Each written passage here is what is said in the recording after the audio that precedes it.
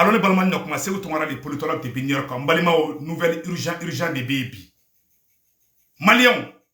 n'a sigilé Mangaouli Kanjode. Aïwa, Niger président Bazoum, Francis Keleme Kaka service secret de fait qu'à Niger Fabi. Niger président Bazoum, Obeka Wole Bla, Tamasheki Fembe Libye, Tamasheki Mounumbe Maroc, Mounumbe Algérie, Mounumban Krefedou la Mauritanie. Niger président Bazoum ka a chamamba de wele ma fongo tamasheki be kelekela ide tamasheki munumbe no erebelu ka représentant munumbe ni tamasheku do tamasheki do be mali fe ma fo ka frère la tege donc erebel munumbe asawadi idéologie be mununa ube ko be wole bi kata Niger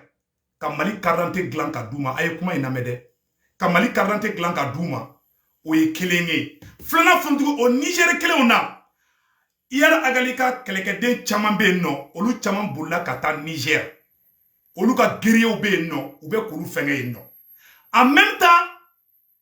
sema no e erebelu yo munu ko kolu te malenyo kolu azawadiandi uka chide tara Algérie bi ame woro mina 600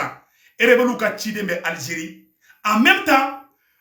Algérie présent ani Francis présent olu be ka nyonye bi ame woro mina bi Francis président era ko Algérie président maka ki jija ko ka taga Union européenne ga sommet menake ko Algérie président ki jija ko ka taga yi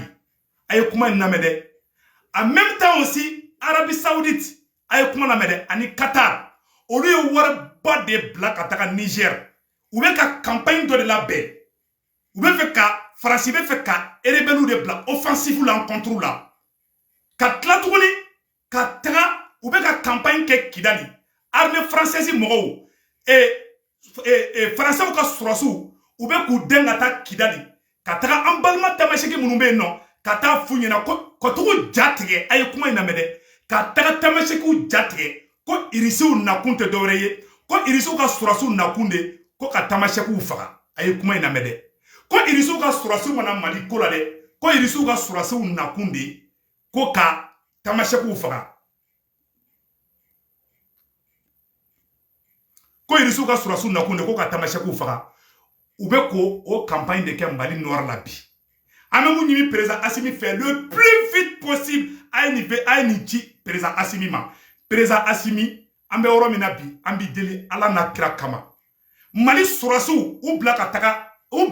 taga Kidali ambe oro mina bi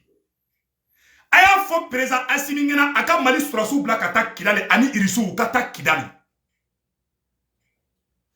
Mali surasu ani irisu ka surasu ukata Kidali ambe oro mina bi Assimi ka bo aka décret signé Francis ka taga ka bo Mali kono ambe oro mina ko bi ni Francis ma taga numa guerre civile wuli Mali kono ka shibon ke kono ngara dar be fo Kidali bi c'est-à-dire ni clair ni vidéo la mo shika na ngole menda ka doni sinogo depuis suro ma sinogo depuis suro me ka ni enquête ke ambe oro mina bi Ubeka erebelu ka représentant munumbe Maroc ni tamasheku do Bazoum no Niger présent ye obe bo ay ni kuma la mede Niger présent ko Bazoum obe bo sa obe wole bla tamasheku masanno munumbe erebelu na donc wele ukana nous nana sa avec Mali 40 glan ka di o erebelu ma ku armée nous y offensive lancé ou boni menaka yoroye meka ou ka plan de fo onyena bi ala de ay ni vidéo garder de aya garder ay vidéo garder akana vidéo na filde ay vidéo garder plan mumbe ou bolo sisa oye ka ani erebelu de bla nyona nanya kise ci erebelu kelna Francis be coulé ko irisu nana tamasheku de fali kama déjà français ou ka surasu ou te marfa ci la sisa de ni aye amba foko Francis ka genga taka bo Mali kono munde do français ou be ka campagne de ke Mali Nord la bi ou be ka ta Kidali ali bi français do bora Kidala ma mais 600 atete me 30 minutes ka ou go mobile do wula ka bo Kidali ou be ka siginga ta gawo ou ko ou ta don ambalma tamashiki do kungolo la ko irisu nakunde ko ka tamashiku fa ou be ka campagne détoxication ke ka irisu ko go ya tamashiku ye wala sa tamasheki munun keleme ka marfata olu nanga armée ka bla nyogona no nanga armée bla nyogona ni risu intervenina parce que ni mɔgɔ sera Mali armée ma bi Irisou be intervention kɛ ni Irisou ye intervention kɛ sisan u bɛ sɔrɔ ka américain wele u bɛ diɲɛ bɛɛ wele ka ka sɔrɔsiw u ka force d'attaque dɔ bɛ yen o bɛ Niger Faransi kelen bɛ ka sɔrɔsiw kɛ ka Niger fa bi Faransi ka agent secret Faransi ka mercenaires Faransi ka force spéciale u kelen bɛ ka Niger fa ka bon a ka bon hakili ma donc sisan u bɛ ka plan de labɛn sisan une fois que olu mɔgɔw bolila dɔrɔn ka don Mali kɔnɔ dɔrɔn kisɛciw ka daminɛ dɔrɔn u bɛ médiaw ta sisan ko Assimi ni Irisou k'u bɛ ka Tamasɛkiw faga a ye kuma in lamɛn dɛ u bɛ sɔrɔ k'a fɔ ko Assimi ni Irisou k'olu wulila Tamasɛkiw contre la donc n'u y'a fɔ ko Assimi ni Irisou wulila Tamasɛkiw contre la maintenant u bɛ sɔrɔ ka ONU mɔgɔw wele u bɛ américains wele n'o kɛra dɔrɔn u bɛ intervention militaire kɛ k'u nana Tamasɛkiw de protéger Wallah, on est plan de Kalabé. Aïe, vidéo in garder. A kana ne ka vidéo si effacé de. Billahi, a kana vidéo clé, a kana effacé. Aya vidéo be garder. Avec la kane wule, kone be ka kuma mun fo. Mbe kuka plan de fo au nyena ambe oro minabi. Sisan, Arabie Saoudite, ou kelebe ka war de kem barasi ye ninkola. Parce que ou malo la, Assimi yu malo, Shogel ye frasi malo, Assimi ye frasi malo. Farasi te sinogo farasi te da farasi bina fo wara dalama de do farasi bina fo nye kise ci wara bala a joginen dalen be na yi soro a bi kene nyimi farasi wara dalama de do ima farasi be kanga anga farasi be ka maleo neni ndongo do farasi be ka ube ka Assimi neni awo o yelema bolo ka cheka teme jenatike fem bela jelinka ube ka do Tamasɛkiw kungolo la ko Irisou ko lu wulembe ko Irisou na kunte dowere ye ko Irisou nakunde ko ka Tamasɛkiw kɛlɛ ko Tamasɛkiw kana da Mali état la dɛ u bɛ an ka dugu kɔnɔ u bɛ k'an yɛrɛdama bila ɲɔgɔn na o ye kelen ye an ma France 24 journaliste a taara fɔ Bamakɔ suguba kɔnɔ ko sogo da ka gɛlɛ ko malo da ka gɛlɛ Assimi sigilen ɲɛ b'o la Assimi tɛ ka foyi b'o la a ye kuma in lamɛn dɛ Assimi n'i sigi u bɛ Mali wuli i ɲinɛ ma i tɛ hali bɔ a kalama sisan u bɛ ka Tamasɛkiw wele diɲɛ fan bɛɛ sisan Munu be rébellion pour la. Ou bou konna surugu Mali contre la. Ou ba foko Mali surasu ou leme Tamasɛkiw contre la. Ambe kuma fla de fo président Assimi ngena bi. Président Assimi Mali surasu ni Irisou ka surasu black attack Kidali ambe oro mina bi. Parce que Algérie clélente ambe oro mina bi. O de ko so wati mina Algérie ni Farasi kumbe kelela ne segu tumara wula.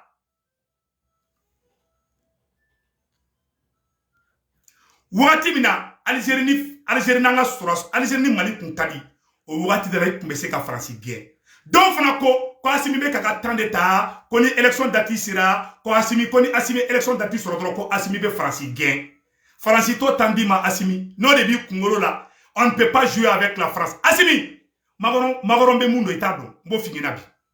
ibe ala ko femu ka griniye ibi mabo la di Faransi to de ko chentane ibe chentane ma denga boyla di walla u be fe ka balawu de wuli Mali kono Maliw ma sigini balawu mingi bi u be ka rebelu fara ɲɔgɔn kan mena fɛn dɔ fana kala aw ni an bɛ jɛ kalame ɲɔgɔn fɛ balimaw a ye najɛ dɛ mun sɛbɛnnen filɛ a yɔrɔ la aw ni an ka jɛ kalame ɲɔgɔn fɛ u ko a ye nin kuma la les principaux dirigeants des jeunes groupes terroristes nés de la fusion d'Amsardine admis au Sahel de la Katiba Massida et de la Katiba Al-Mourabouton ont été contraints de fuir le Mali sous l'offensive des soldats maliens et leurs alliés russes. Selon plusieurs témoignages, les populations locales et les services de renseignement nigériens, leurs chefs terroristes, dont Iyad Agali et Amadou Koufa, ont traversé la frontière nigérienne. Ils se trouvent actuellement dans la zone comprise entre Ayeru et Tingara. Niger Dougoudobe ko Ayeru et Tingara. Amadou Koufa ni Iyad Agali ou ka keleke den klancɛ bɛ bolla ka taa Niger bi. Ayo u bɛ kala bɛn de san nɔ. K'u ni tɔw ɲagami ɲɔgɔn na sisan ka kɛ i n'a fɔ Mali bɛ Tamasɛkiw contre la. O plan in de bɛ kala bɛn sisan nɔ. N'o plan na bɛn sisan u bɛ offensive lancer. N'u ye offensive lancer Irisou ko mɔgɔ bɛ marifa ta armée malienne contre la u bɔ tigi kɛlɛ. Ni Irisou réagira américains bɛ na. Ni américains nana Français bɛ bɔ. Qatar bɛ bɔ Arabie Saoudite bɛ bɔ n'o kɛra zone tampon bɛ kɛ u bɛ taa Kidal ta ka di rebelles ma an bɛ yɔrɔ min na sisan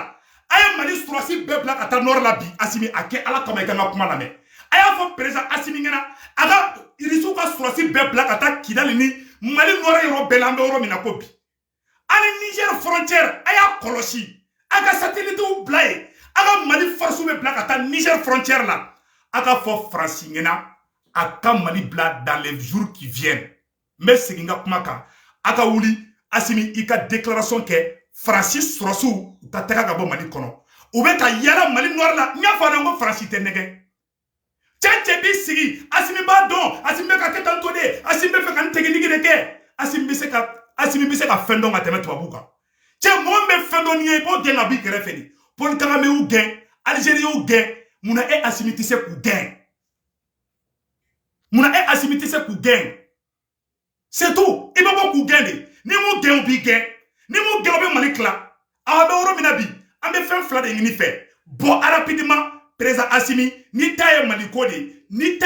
de Assimi bɔ i ka décret signé ko Faransi surasiw ka taa ka bɔ yan Malien bɛɛ ka bɔ ka manifestation daminɛ jama ka bɔ Kidali jama ka bɔ Bamakɔ jama ka bɔ Kayi bɛɛ ka bɔ an ka semaine kelen ko la a bɛ ni Ala na kira cɛ n'an y'o kɛ Faransikaw yɛrɛ bɛ tila k'u ka président wele Faransi assemblée olu bɛ Macron wele ko Macron ko tiɲɛna ko Maliens t'an ka surasiw fɛ k'an k'u labɔ Mali kɔnɔ n'u m'a fɔ a ka si bɔn tigɛ kɔnɔna na Faransidenw de bɛna wuli ka président contre la o la k'u ka surasiw tɛ to Mali kɔnɔ a solution bɛɛ de fɔlen filɛ aw ɲɛna tantɔ n bɛ ka tiɲɛ de fɔ aw ɲɛna tan en tant qu'o ma kɛ Assimi e de bɛ bɔ ka décret signé cɛ Macron i n'i ka surasiw a ye taa ka bɔ an ka dugu la c'est tout sinon o filɛ ka Mali cili plan o de filɛ u bolo tan cogoya la moi je vous parle parce que n y'aw prévenu n ka radar bɛ Algérie bi n ka radar bɛ Niger bi ayiwa o bɛ Niger dugu min na a dugu tɔgɔ n bɛna dugu tɔgɔ fɔ aw ɲɛna Niger dugu dɔ bɛ yen nɔ ko Ayeru ani Tingara Ayeru Niger ni Mali frontière dugu dɔ bɛ ko Ayeru ani Tingara ko Amadou Koufa ka mɔgɔw ni Iyad Agali ka mɔgɔw b'o o zones de ni ɲɔgɔn cɛ san nɔ a sɛbɛnnen filɛ selon plusieurs témoignages des populations locales les services de renseignement nigériens les chefs terroristes Iyad Agali et Amadou Koufa ont traversé la frontière nigérienne. Ils se trouvent actuellement dans la zone comprise entre Ayeru et Tingara. Donc, balima o kuma bela jele flɛ ala ka hɛrɛ kɛ Mali ye. Président Assimi, an b'a deli fɛ i ko ka d'an ye trop. Mais tiɲɛ de fɔlen filɛ i ɲɛna tantɔ. Wuli i ka Faransi gɛn. Faransi bɛ ka baara mun kɛ a ka jugu ni bɛɛ lajɛlen ye. Mais an bɛ dugawu ka ala ka hɛrɛ kɛ Mali ye. A ye Mali force bɛɛ bila ka taa nord la an bɛ yɔrɔ na ko bi. I ka bɔ i ka déclaration kɛ Faransi surasiw ka Mali bila. N'o kɛra population bɛ tugu i kɔ n'o kɛra Faransi bɛ taga. Voilà la solution. Que Dieu bénisse le